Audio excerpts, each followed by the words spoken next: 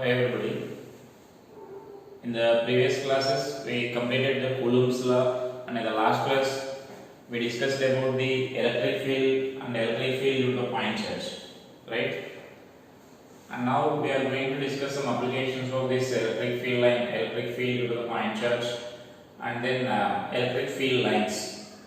And before that, in the last class, I asked you to draw the graph for this variation of, that means when 2 point charges were placed at these points.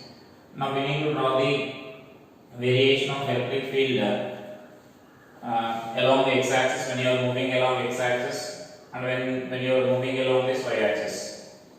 And so now let us see here first how to draw the graph for the variation of electric field along x-axis.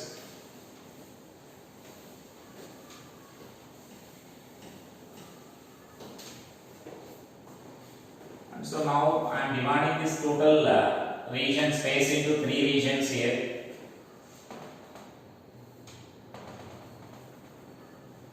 And so this is, I can name this as region 1, and this between the 2 charges it is region 2, and this is region 3. And so we are dividing them into 3 regions. And now let us check in each region how the field is varying. And so for that, if we consider this region, that means in the region 1 I am taking now. Now if you are taking a point here, then electric field due to this charge will be along this direction, and electric field due to that charge is also along this direction, because both are positive charges. And so electric field due to them will be in negative direction, that means negative x direction.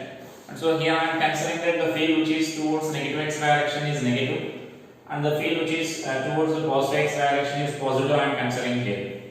And so now that field in that region is totally negative. So I can draw the graph like this.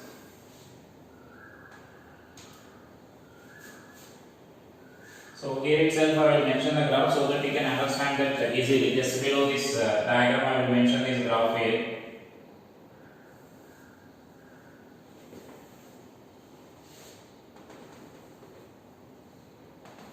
These are the location of the charges, these points is. And so here the field is negative, and that goes on increasing here. That means when you are approaching this point charge, then field tends to infinity. That means when you are close to this point charge, field tends to infinity, and when you are traveling away from the point charge, field tends to 0. That means when r value tends to 0, distance of the point from that charge tends to 0, then field tends to 0, this is the electric field value. And whereas when you are coming close to this charge, then field goes on increasing. And throughout that region, field will be along negative x direction, so that lies in this region only. So this is the graph for this region 3. So region 1. And similarly draw the graph in the region 3. That means on the right side of both the charges. So in the region 3, if you consider, again let us take a point here.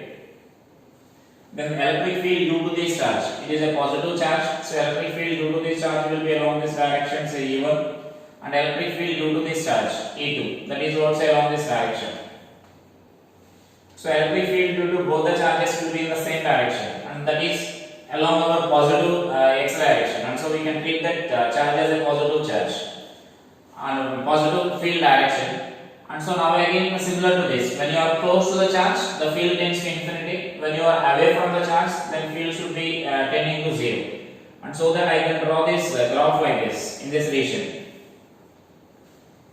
That means now when you are close to the charge, it tends to infinity. When you are traveling away from the charge, field tends to 0. And that is in the region 3.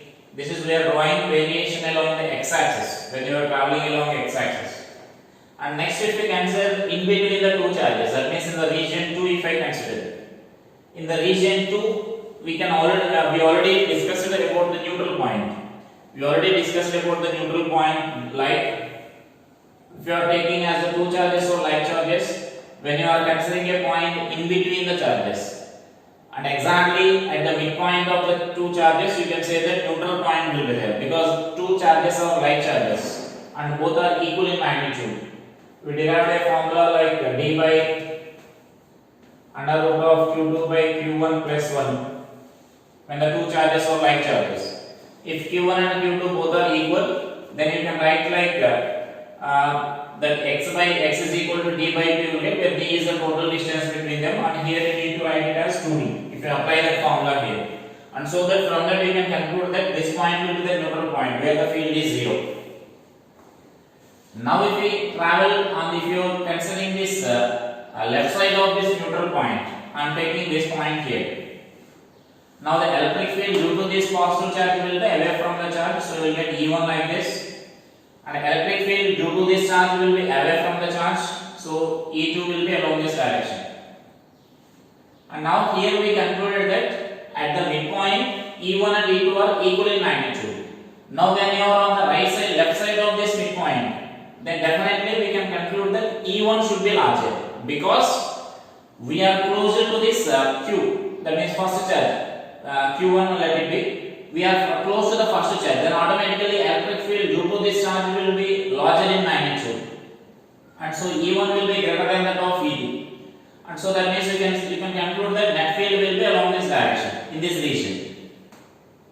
And similarly, if I consider in this region on the right side of the neutral point, suppose I am taking this point here, the electric field due to this charge, due to this first charge will be away from the charge E1 along this direction, and electric field due to this charge will be E2 along this direction. Now similar to this, now we are close to this charge. So when you are close to this charge, then automatically electric field due to this charge, that means E2 should be larger in magnitude. And so we can conclude that net field will be along this direction. That means which is our negative direction. That means in this region field is positive in field is in positive x direction, and in this region field is in positive negative x direction, and at the midpoint field should be 0. And so I can draw the graphs like this.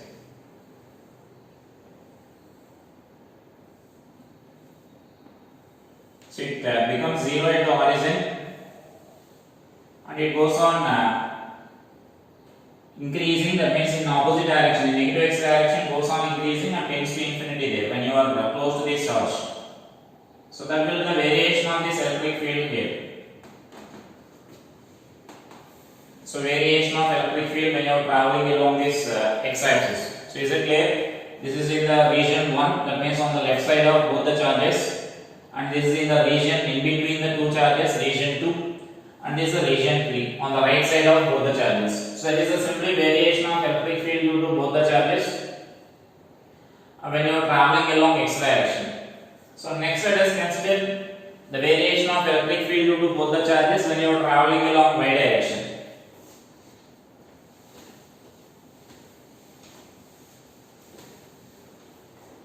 So I will draw this again charge diagram here. You may note that diagram now.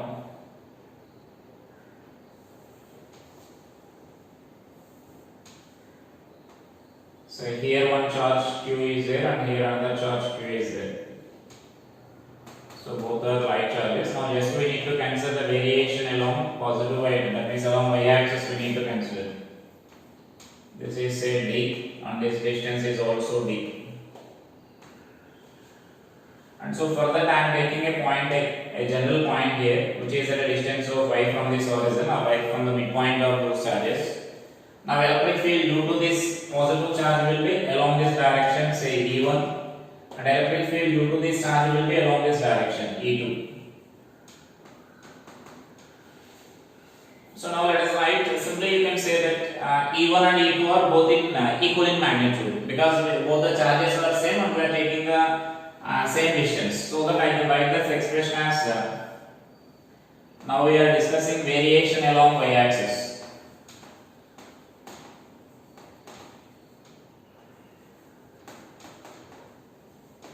Variation of E along y axis. This is about our x axis. And so now here first I am writing the magnitude here.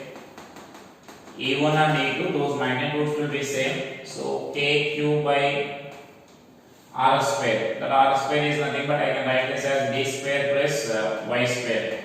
The root will be cancelled. And you can resolve this into components now. For example, this angle I am taking as theta, so that this angle is also theta. So corresponding you can say that these angles will be theta. And so this will be E1 cos theta. Similarly E2 cos theta. E1 sin theta and this is E2 sin theta. And as E1 and E2 are same and theta is also same, you can observe that this E1 sin theta and E2 sin theta will be cancelled with each other. And next field is nothing but along this positive y direction. So let us write this value here, net field. So this net field along this y axis we can write as E1 cos theta plus E2 cos theta. And which you can write it as 2E1 cos theta because like E1 and E2 are equal in magnitude. And therefore this net field I can write this as 2 into E1 means I can write this as I can substitute this value kq by d square plus y square into cos theta, and you can define the cos theta by using this y by under root of d square plus y square. So let us further simplify this.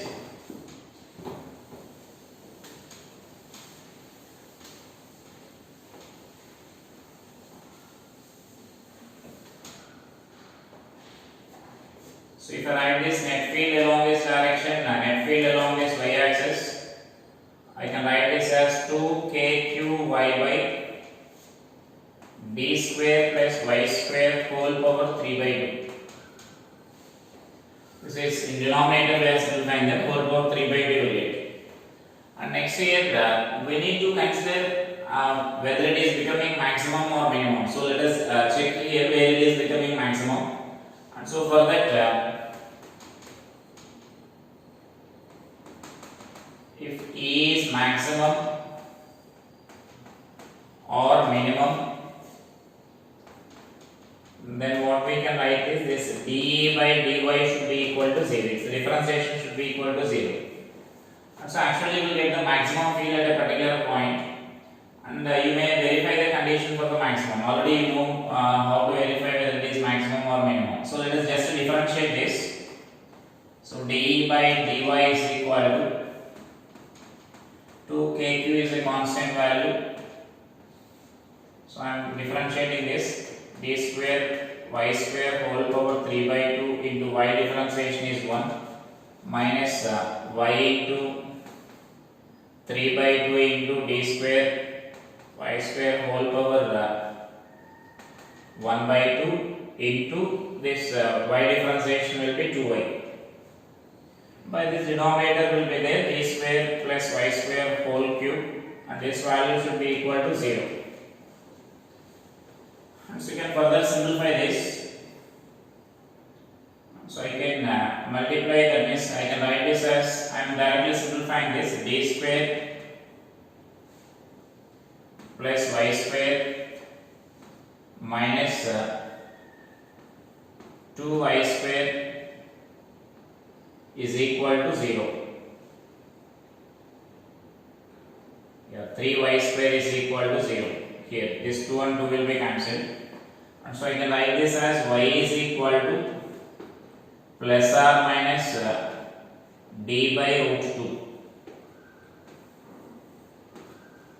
That means actually at this position, when y is equal to plus d by root 2 and y is equal to minus d by root 2, the field will become maximum.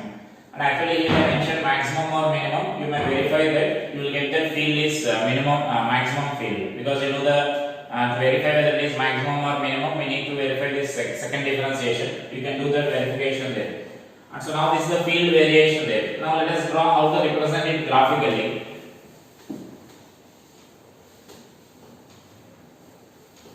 So graphically it can be represented like this.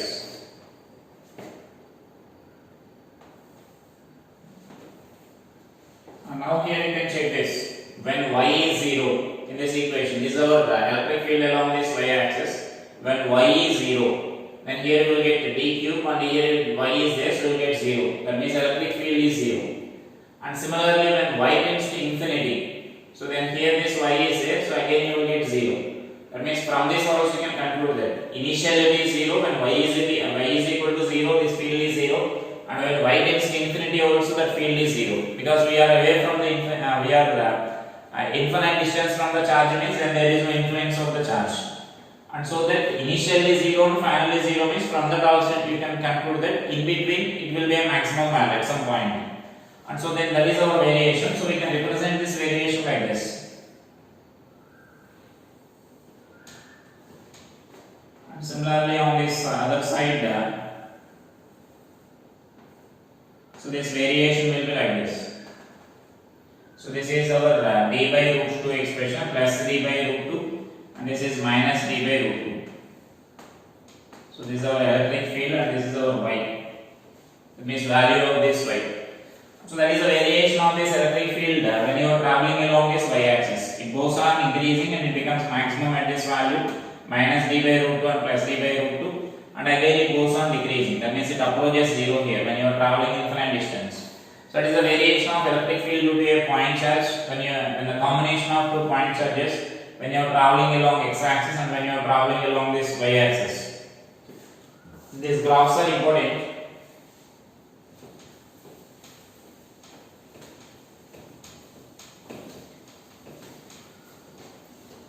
Next let us see this electric field lines. And after that we can discuss some more applications based on the electric field due to the point charge.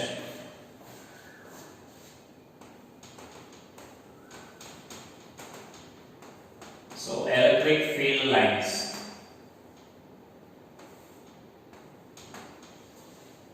Those are also called electric lines of force. And so now here electric field lines are actually a imaginary concept which is used to visualize the field.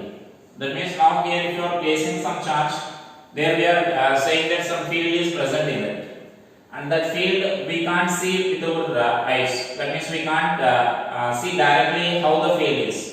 And in which direction that field is acting or how that field, that means whether it is strong in a particular region or weak in a particular region or whether it is uniform or non-uniform. We can't identify directly by our eye. So for that we are representing it diametrically by drawing some diagram. Just by seeing the diagram, now you can conclude that whether that field is uniform field or non-uniform field. And when you are comparing 2 points, whether that field is where the field is strong and where the field is weak, you can identify such a points just by seeing the diagram. If you know about this electric field lines, so that is the reason why this imaginary concept is introduced. So that imaginary concept is nothing but this electric field lines. Actually we define this as the path followed by a unit positive charge, or that means if you are placing an unit test charge at a particular region, the path along which that unit positive charge tends to move, that path is nothing but we define it as electric field lines. Or we can also define it as simply the imaginary curves which are the imaginary curves which will visualize the field, which are used to visualize the field in a particular region, or nothing but we call electric field lines. Those are imaginary lines used to visualize the field. And so write the definition, general definition. Now I am saying the path followed by a unit positive charge when it is placed in electric field, when it is placed in electric field is called electric line of force. Or write the second definition also.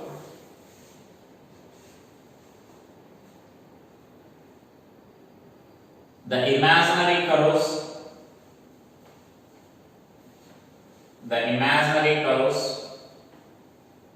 with the help of which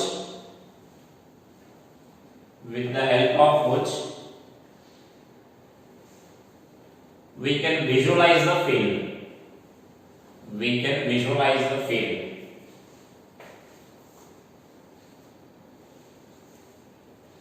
Now write some properties here.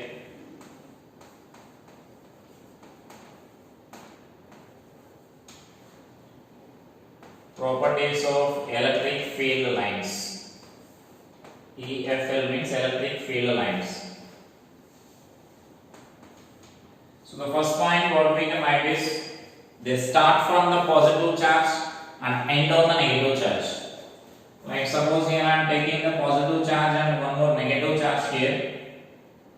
So they start from the positive charge and end on the negative charge. That means we can define positive, we can define the starting and negative, starting and ending points for these charges, these electric field lines here. They start from the positive charge and end on the negative charge.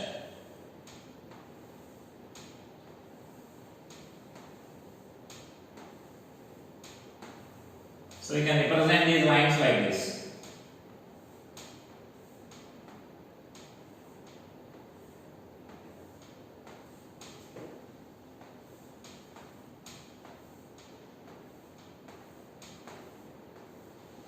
So that means we can represent the, when you are taking a combination of positive and negative charges. So this is our positive charge and this is a negative charge what we are taking. So they start from the positive charge and end on the negative charge. So these are the main property of this.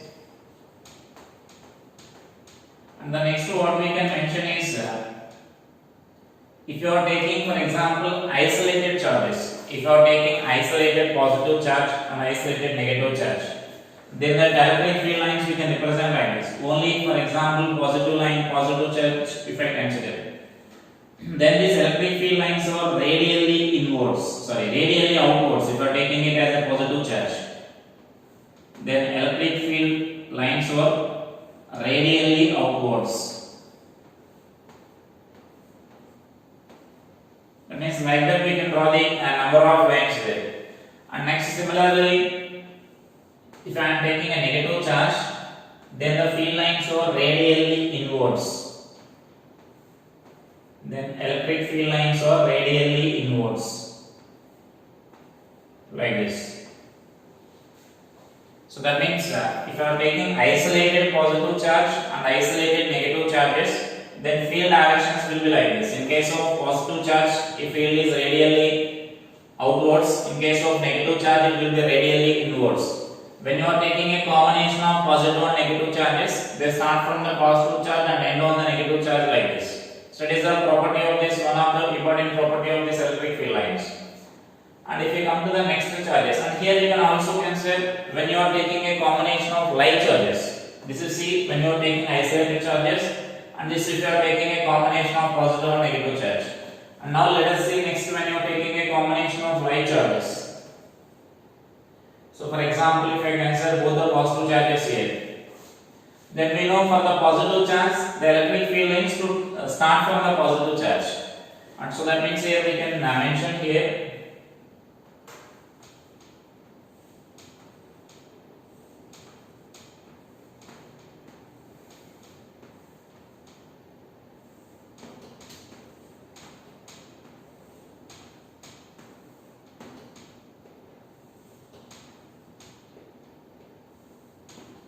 So here you can observe that when compared to this isolated charge here I am not drawing the straight lines like radially outward lines.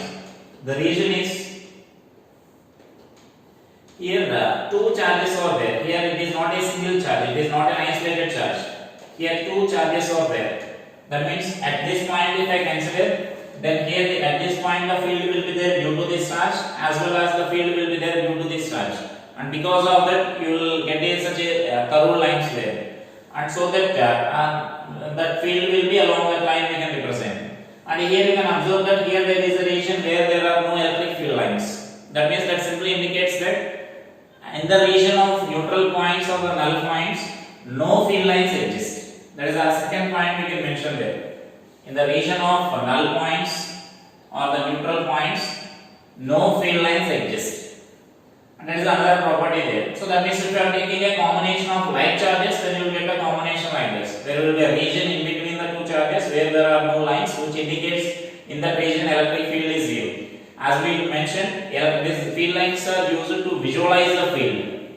If no field is there, then no field line should be there in that region, right? And so that is another property there. And another property what we can write is so we note down these properties here. The first one is they start from the negative, they start from the positive charge and end on the negative charge. That means you can mention this as electric field lines or open curves. They are not closed, they are open curves. And you may, in that only we may mention that in case of isolated positive charge, they are radially outwards, and in case of isolated negative charge, they are radially inwards. And you may mention these diagrams there for those for that point. And the next point here I am drawing this about this. The next point is in the region of null point or neutral point, no field line exists. No field line exists. And the next point is the tangent drawn to the electric field line at any point gives the direction of electric field at that point. The tangent drawn to the electric field line at any point gives the direction of electric field at that point. So just if you want to find the direction of electric field at any point, for example here if you want to find, then here just draw a tangent here. So the tangent drawn to the electric field line will represent the direction of electric field at that point. The next point we can mention it as no two electric field lines intersect with each other. No two electric field lines intersect with each other. I think all of you know if they intersect what will happen. So for example, if two field lines are intersecting like this, then at the point of intersection we can draw one tangent for this curve and we can draw one more tangent for this curve, which indicates that at the same point the field is in two directions, which is not possible. That means at a particular point the field will be only along one direction. So field doesn't exist in two directions at a single point. So that because of that reason you can conclude that field at any point, that means no two electric field lines intersect with each other. So that is the reason why they are not intersecting with each other. And the next point we can mention that as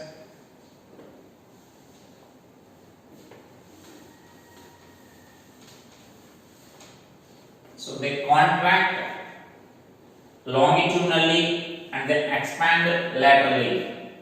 That means along this line, this is longitudinal. Along the longitudinal, they are coming closer to each other. If they are following this path, you can say that because of this path, they are contracting here. So they contract longitudinally and expand laterally. In this direction, the expansion will take place there. So that is another property there. They contract longitudinally and expand laterally. The next important point we can mention this as if suppose these field lines are like this, and here I am taking a point B, point A in this region, and this is the point B. That means if the field lines are non-uniform like this, so that means at some region field lines are close to each other, and at some point they are apart from each other. So then from this from this such a type of diagram, what we can conclude is electric field at B will be greater than that of electric field at A. And this is an important point. We mentioned this diagram also. Now write down that the field lines comes closer to each other. The field lines comes closer to each other if the field is strong. If the field is strong, they move apart from each other if the field is weak. The field lines comes closer to each other when the field is strong, and they move apart from each other when the field is weak.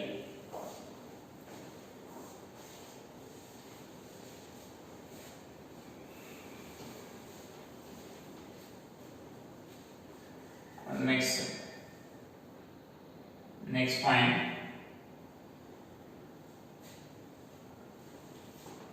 If the field lines are equidistant and parallel to each other, if the field lines are equidistant and parallel to each other, that indicates the field is uniform. The field is uniform. That means you may mention that EA bar is equal to EB bar. Both the magnitude and direction will be same. So that is uniform field representation. And the next property what we can mention is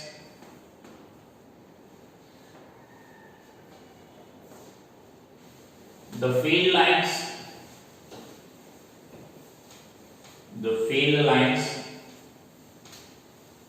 start or end normal to the surface of a conductor. The field lines start or end normal to the surface of conductor. And the next point, no field lines exist. No field lines exist inside a conductor. No field lines exist inside a conductor. The reason is, you may mention that since electric field inside the conductor is zero. Electric field inside the conductor is zero. That is the reason you may mention that in brackets. So electric field inside the conductor is zero. And so that we mentioned already, these lines are proposed to visualize the field. So as there is no field inside the conductor, no line should exist inside the conductor, right? And the next one is, here I am saying this, if the lines are starting from this conductor, they start normal to the surface of this conductor here. So that means they should start like this. If they are starting, they start normal to the surface of conductor. Like if it is a positive charge, if it is a positive charged object, then you may consider that they are starting like this. And if it is a negatively charged object, then you may consider that they end on the surface normally. So starting or ending will take place normally.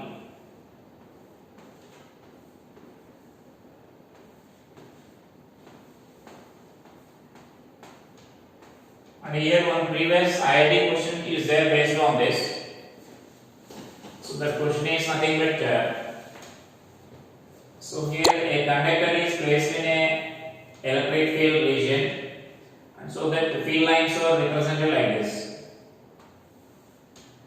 This is a one field line.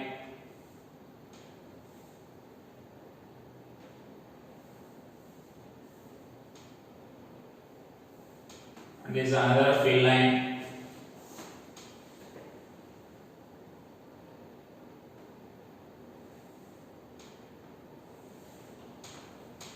And this is another one.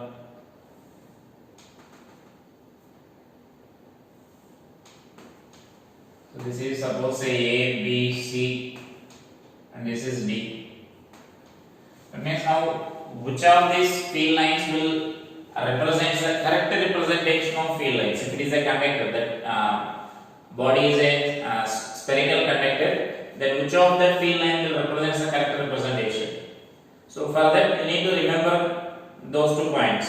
The first point is the electric field lines start or end normal to the surface, and the second point is the electric field line should not pass through the conducting material because the electric field is zero. And so as they should not pass through the conducting material, you can easily observe that this B and C are passing through the conductor, so that you can conclude that they are not possible. Next we need to think about A and D. So about A and D we need to think here. Now A is passing, that is not ending. That means that line is not there inside. But here the problem is this line is not ending or starting normal to the surface of the conductor. Because this is not the normal to the surface of the conductor. We know for the spherical object, The normal means it should pass through the center. And so that means now the D will represent such a representation. That means here if you draw a line here that passes through the center, and similarly here if you draw a line that passes through the center here. And so that then this will represent the correct representation of this electric field. It is ending here normal to the surface and is leaving here normal to the surface, and this line doesn't exist inside the conductor. So that D will represent the correct representation of this field line. So it is the answer for that. So like that you should answer that. And the next point what we can mention is the number of field lines passing through the number of electric field lines passing normal to the surface, normal to the given surface is directly proportional to the electric field. Is directly proportional to the electric field intensity. So those are some properties of these electric field lines here. And so from this only you can identify the definition of uniform field and non-uniform field. Uniform means if the field lines are represented like this, equidistant and parallel to each other, then indicates there the field is uniform. If the field lines are like this, at some point they are close to each other and at some point they are apart from each other, that indicates non-uniform field. So uniform or non-uniform means the electric field changes with the position but not with the time. Then it is said to be, if it is changing with the position but not with the time, then it is non-uniform. It doesn't change with the position and as well as time, then it is uniform field. And if it is changing with the time, then it is said to be a time dependent electric field. That means electric field can change either with position, that means with the space, or with the time. If it is changing with the time, then it is said to be time varying electric field, and which we will discuss later. And now here, with respect to time, it doesn't change. Only there is a chance of changing the field with respect to the position, space. And so if it is changing with respect to space, then it is said to be non-uniform. If it doesn't change with respect to space, we define it as uniform field. And this is a representation of uniform and non-uniform field. And here you should also remember one point here. Sometimes they will do the problem like this. So from a point there are some lines are starting here and from this they are ending here.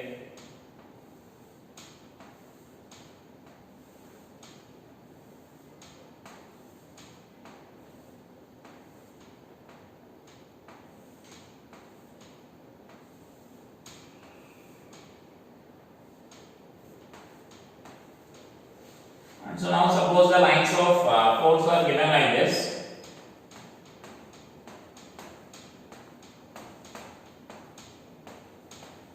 And this is Q1 and Q2.